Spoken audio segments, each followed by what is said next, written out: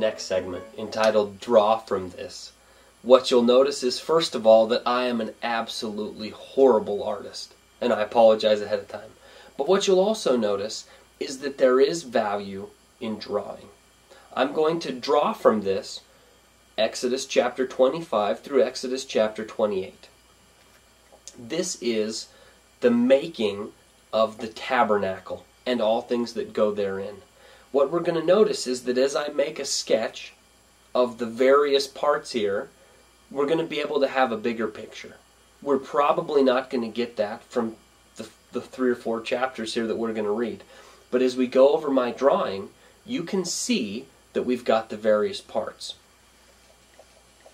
We've got here the outer court. We've also got the altar of sacrifice and the laver for the washings.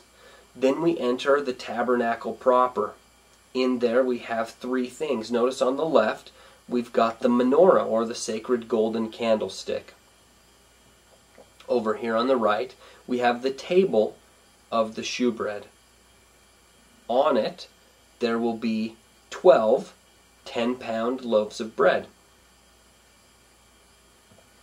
In front of us we see the altar of incense. It's got similar horns, similar style to the one out front, but what we'll notice here is that this sits right in front of the veil, and the incense is always to be burning, representing the prayers that ascend up unto the Lord. There's then a veil with some angels. We go through the veil. What we're going to see here is this is where the Ark of the Covenant sits. You can see on the side I've drawn the ark open so we can see what's inside of it. We've got a pot full of manna. We've got the stones, the 10 Commandments, that the 10 Commandments were written on by the finger of the Lord, and we've got this stick thing called the rod of Aaron. Outside we've got a couple of layers covering the holy place and the Holy of Holies here. And as we step back, that is what we understand from Exodus chapter 25 through the end.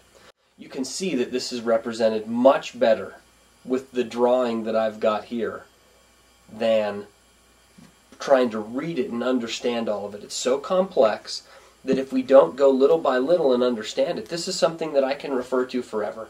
I'll be able to flash this card up and remember everything that I learned, or most of what I learned here in these chapters. This draw from it is a powerful, powerful tool. We can also make pictures right in the Scriptures. As a way of marking, one of the things we can do is just draw what's happening right here on top. So when we see, coming from chapter 24, and Moses took the blood and sprinkled it on the people and said, Behold, the blood of the covenant which the Lord hath made with you concerning all these words. Right over that verse. It would be very easy to draw, I only draw stick figures, to draw a stick figure with a small body and put an M in it, and have him throwing some drops over the people. We'll remember that that's Moses sprinkling blood on a group of people that represents a covenant. If we wanted to even draw make it so that there were 8 drops of blood and write COVENANT in the drops, that would remind us we're sprinkling the covenant. Then when we see that, right away we know that that's Moses sprinkling the covenant with the people. That drawing can help us when we're flipping through the Scriptures. It can be great. Wonderful way to teach children.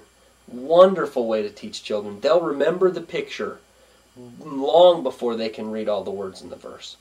My children understand and love the Scriptures mostly because they've drawn some simple pictures that if I can draw it, they can draw it. But they've got some simple pictures that can help them remember what they need. So 2 things. We're going to summarize stuff with a large-scale picture, and sometimes we're even going to draw right in the Scriptures. This is called Draw From This. Be sure to practice Draw From This on your own in Genesis chapter 25.